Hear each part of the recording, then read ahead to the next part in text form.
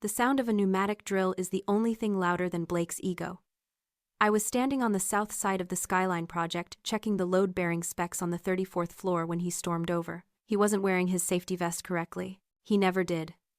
He looked at me over the roar of the machinery and screamed my name like it was an insult he was tasting for the first time. "Maria, get down here, I didn't run. I don't run on my own site."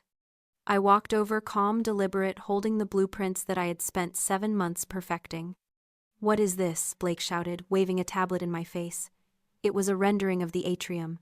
"It lacks vision. It lacks soul. My father built this company on boldness, Maria. This is a glorified parking garage." The crew had stopped working. 50 men and women I had trained, people who trusted me with their lives every single day, were watching. Blake didn't care. He was performing. "You're fired," he said, his voice cracking slightly on the last syllable. "Pack your things. I'll finish this project myself. We don't need pencil pushers. We need visionaries." I looked at him. Really looked at him. 30 years old, soft hands, expensive boots that had never touched wet concrete. He thought he was taking control. He thought this was a power move. I didn't argue. I didn't beg. I didn't even raise my voice. I just smiled. It was a small, polite smile, the kind you give a child who is confidently explaining something completely wrong.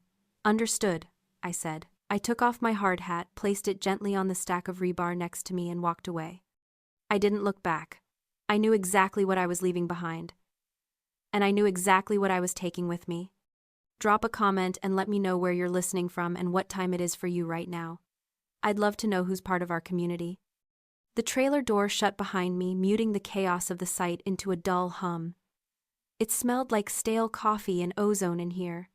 I didn't rush. Rushing is for people who are scared. I walked to my desk, the only one in the room, organized with military precision.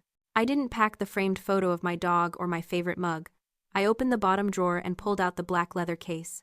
Inside sat the seal. It was heavy, made of cold iron etched with my name and license number, Maria V.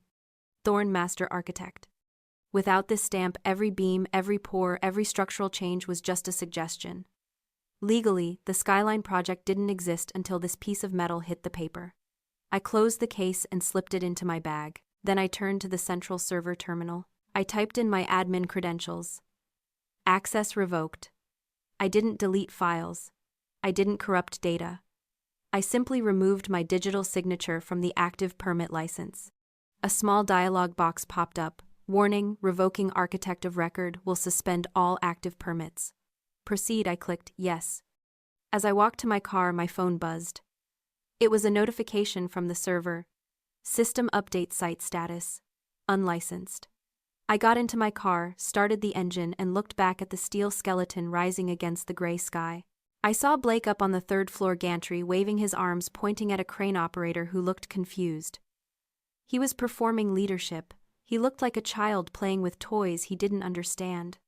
I didn't hate him. Hate requires respect. I just felt a cold, clinical pity. Psychologists call it the Dunning-Kruger effect. It's a cognitive bias where people with low ability at a task overestimate their ability. They lack the very expertise necessary to recognize their own incompetence. Blake genuinely believed architecture was just drawing pretty lines and shouting orders. He didn't know about the load calculations, the soil density reports, the wind shear factors. He didn't know that the only reason that building was standing was because I had spent 7 months doing the math he couldn't even read. He thought he had fired an employee. He didn't realize he had just removed the keystone from his own arch. I drove away, merging onto the highway, leaving the noise behind. My phone buzzed again. A text from Jacob, the site foreman. "Maria, the digital permit file is locked. Says license invalid. Can you unlock it? Blake is freaking out." I glanced at the message at a red light. I didn't reply. I swiped the notification away. Let him freak out. Let him try to explain to the city inspector why the architect of record had vanished 3 days before the $72 million sign-off. I drove home in silence. No radio, no podcasts, just the sound of the tires on the asphalt. It was the first time in 13 years I hadn't been thinking about the next deadline, the next crisis, the next ego to soothe. My mind felt strangely empty, like a room after all the furniture has been moved out. It wasn't sadness. It was space. Space for something new. I pulled into my driveway, turned off the engine, and sat there for a moment listening to the engine tick as it cooled. I picked up my phone one last time. Blake had sent a message now. Stop playing games, send over the passcodes, or I'm suing you for sabotage. I laughed, a short, sharp sound in the quiet car. Sabotage, I hadn't touched a thing. I had just taken what was mine. I had just stopped holding up the sky for a man who thought he was flying. I got out of the car, locked the door, and walked into my house. For the first time in a decade, I was home before dark. My apartment was quiet. Not the sterile quiet of the site trailer, but the heavy, settled quiet of a place that knows its owner only by the smell of burnt toast and late-night laundry. I sat on my couch, still in my work boots, staring at the dust motes dancing in a beam of sunlight. 13 years. That's how long I had given them. I counted backward. 123 structures. High-rises that scraped the clouds, bridges that spanned impossible gaps, hospitals that would stand for a century. My name wasn't on the dedication plaques. It was buried deep in the municipal archives, on the permits, the structural assessments, the safety audits. I remembered the day Thomas hired me. He was a different man than, gruff, covered in concrete dust, eyes sharp with ambition. We build things that last, Maria, he had said, shaking my hand with a grip like a vice. Stick with me and you'll be a partner before you're 30. I believed him. I worked 16-hour days. I missed my sister's wedding because a retaining wall in Sector 4 looked unstable. I missed my best friend's funeral because a foundation pour had to be supervised at 3 in the morning. I gave that company my youth, my energy, my loyalty. I was the ghost in the machine. The invisible hand that corrected the math caught the errors, smoothed over the client disputes. When Blake joined 5 years ago, fresh out of business school with a shiny degree and zero field experience, I cleaned up his messes too. I fixed his budget overruns. I redrew his impossible designs so they wouldn't collapse under their own weight. I told myself it was for the legacy, for the buildings, but sitting here now in the silence, I realized the truth. I wasn't building a legacy. I was building a throne for a boy who thought he was a king. My phone buzzed on the coffee table, shattering the calm. A notification from Instagram. Blake Builds just posted a photo. I shouldn't have looked, but I did. It was a selfie. Blake in a pristine white hard hat standing in front of the skyline skeleton giving a thumbs up. The caption read, "Cleaning house today, out with the dinosaurs, in with the visionaries. Real leadership means making the tough calls. New era boss moves, Skyline project." Underneath the comments were already rolling in.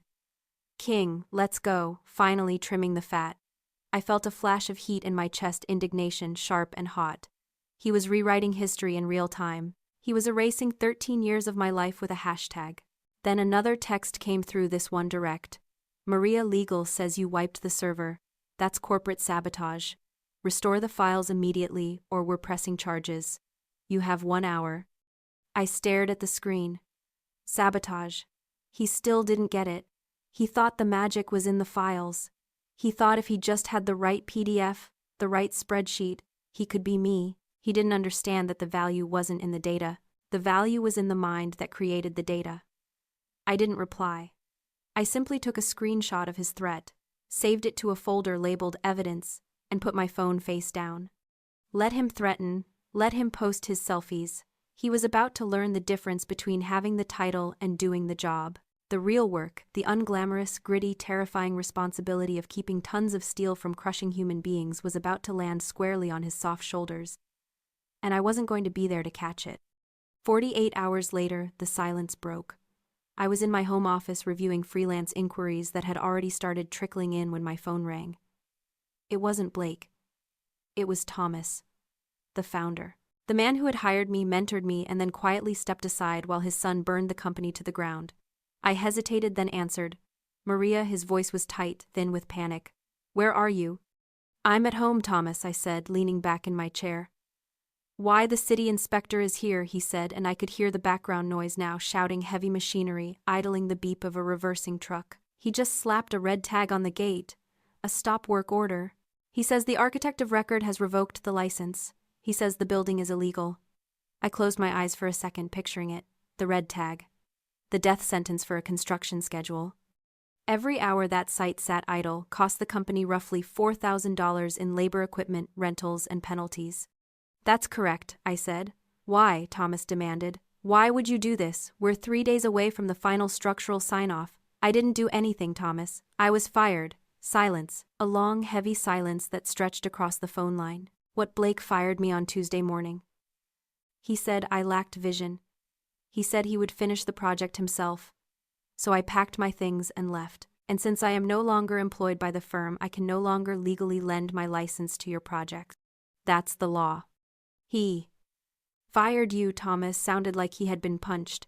He told me you took a leave of absence. He said you were burned out. He lied, I said simply. And now you have an illegal building. I heard him exhale a shaky breath. Maria, please. You have to come back. We're bleeding money. The investors are calling. If this tag stays up for 24 hours, we breach contract. I can't come back, Thomas. I was fired for incompetence. Remember, I'm hiring you back. Right now. Double your salary. Anything.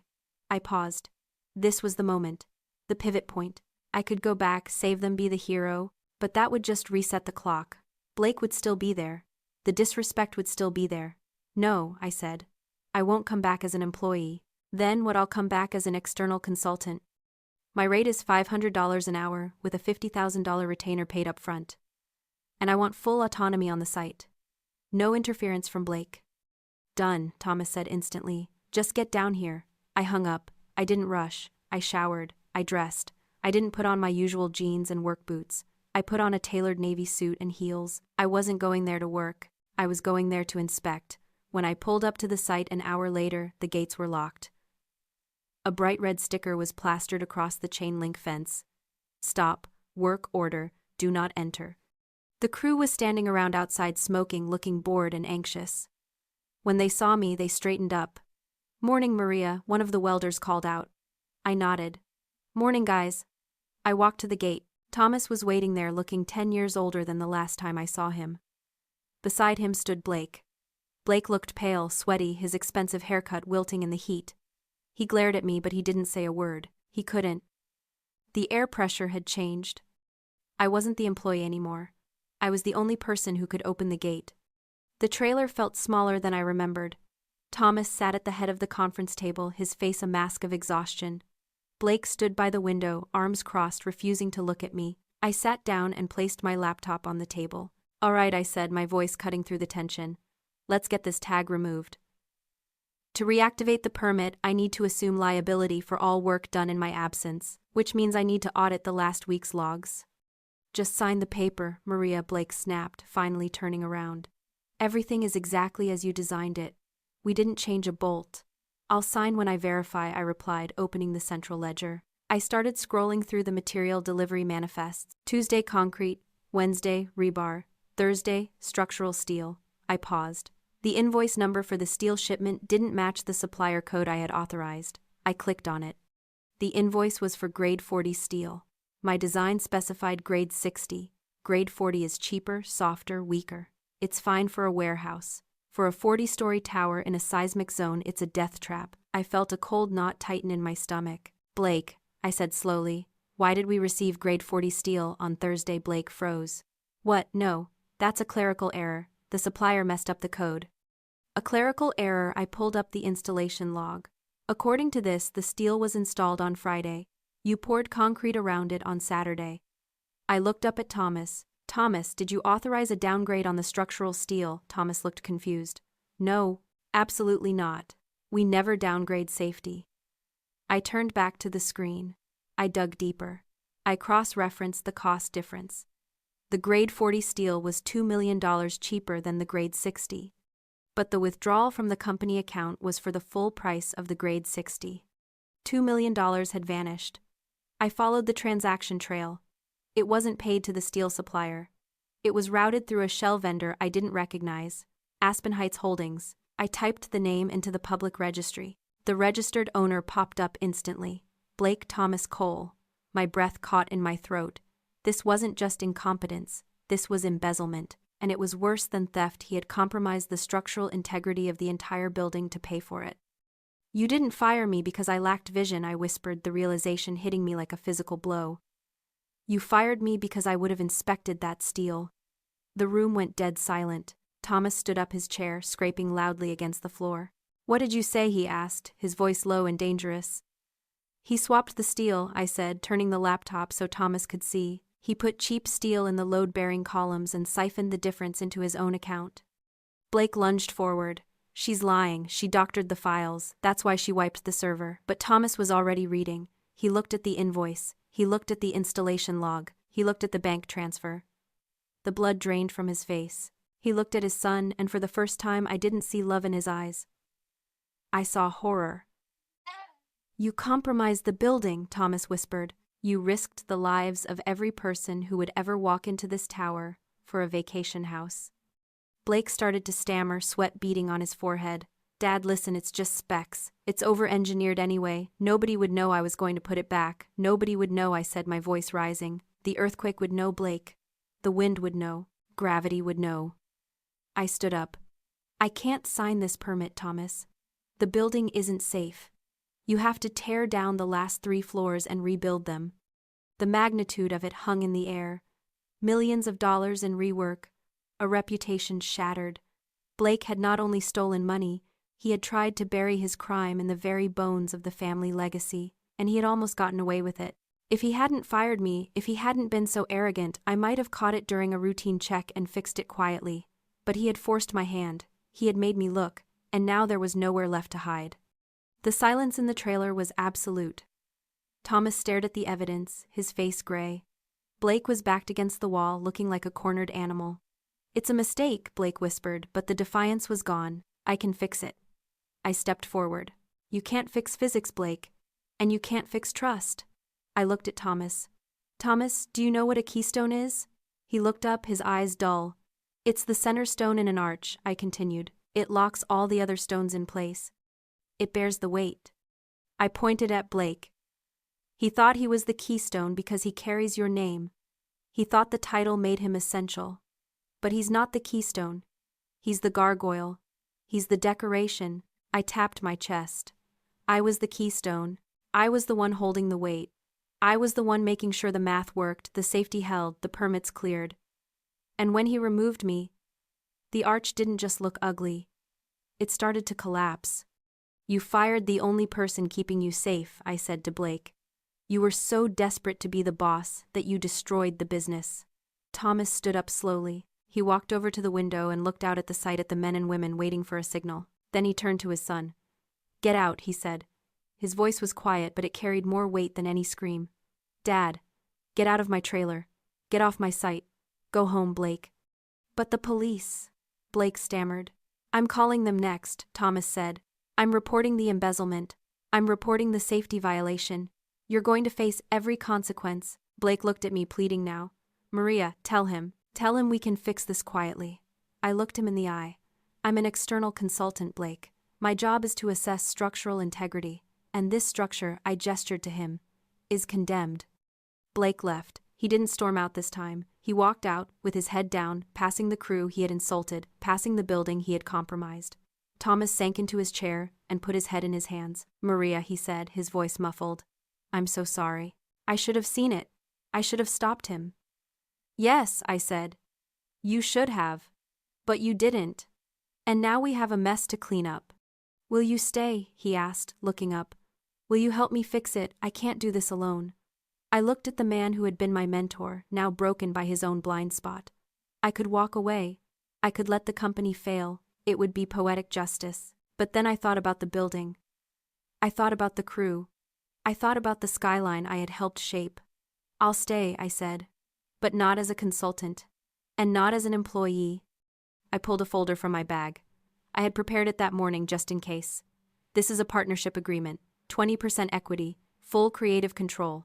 Veto power on all executive hires. And Blake is permanently banned from the premises. Thomas took the folder. He didn't even read it. He picked up a pen and signed. Done, he said. Welcome back, partner. 2 months later, the construction elevator rattled as it ascended the north face of the Skyline Tower. The city of Seattle spread out below us, a grid of lights and movement. Thomas stood beside me, watching the view. He looked better. The stress lines around his eyes had softened. The new glass is arriving on Tuesday, he said. Grade A triple paned, just like you specified. Good, I said, and the rebar reinforcement on the lower levels completed last week. Jacob says it's the strongest foundation in the city. The elevator stopped at the penthouse level. We stepped out onto the unfinished floor. The wind whipped around us, cold and sharp, but up here it felt clean. You were right, Thomas said, leaning against a steel beam. About everything. I usually am, I replied, but I smiled to soften it. Blake's trial is set for next month. His lawyers are trying to plea bargain, but the DA isn't biting. Grand larceny and reckless endangerment are hard charges to shake. I visited him, Thomas said quietly. He asked me to pay for his defense. I told him I couldn't afford it because I was too busy reinvesting in the company he tried to destroy. It was a hard thing for a father to do, but it was necessary. Sometimes love looks like consequences. And you, Thomas asked. Are you happy I walked to the edge of the building looking down at the street where I had driven away 2 months ago? I am, I said. For 13 years I stayed because I was afraid. I was afraid that if I left everything I built would crumble. I fell for the sunk cost fallacy, the idea that you have to keep investing in something just because you've already put so much into it. But you don't. Sometimes the only way to save the building is to tear it down and start over. Thomas nodded. Well, we're starting over now. With a better foundation. Yes, I said, we are. I looked at the city, my city. I thought about the buildings I had designed, the one standing tall and proud. And I thought about this one, the one that almost broke me. It would be my masterpiece. Not because it was the tallest or the most expensive, but because it was the one where I finally put my name on the door. I turned back to Thomas. Let's get back to work. We have a ribbon cutting to plan. As we walked back to the elevator, I realized I wasn't just an architect anymore. I was the owner. I was the partner. I was the keystone. And this time nobody was ever going to move me. Have you ever stayed in a place too long just because you helped build it? Tell me your story below and share this if you know your worth.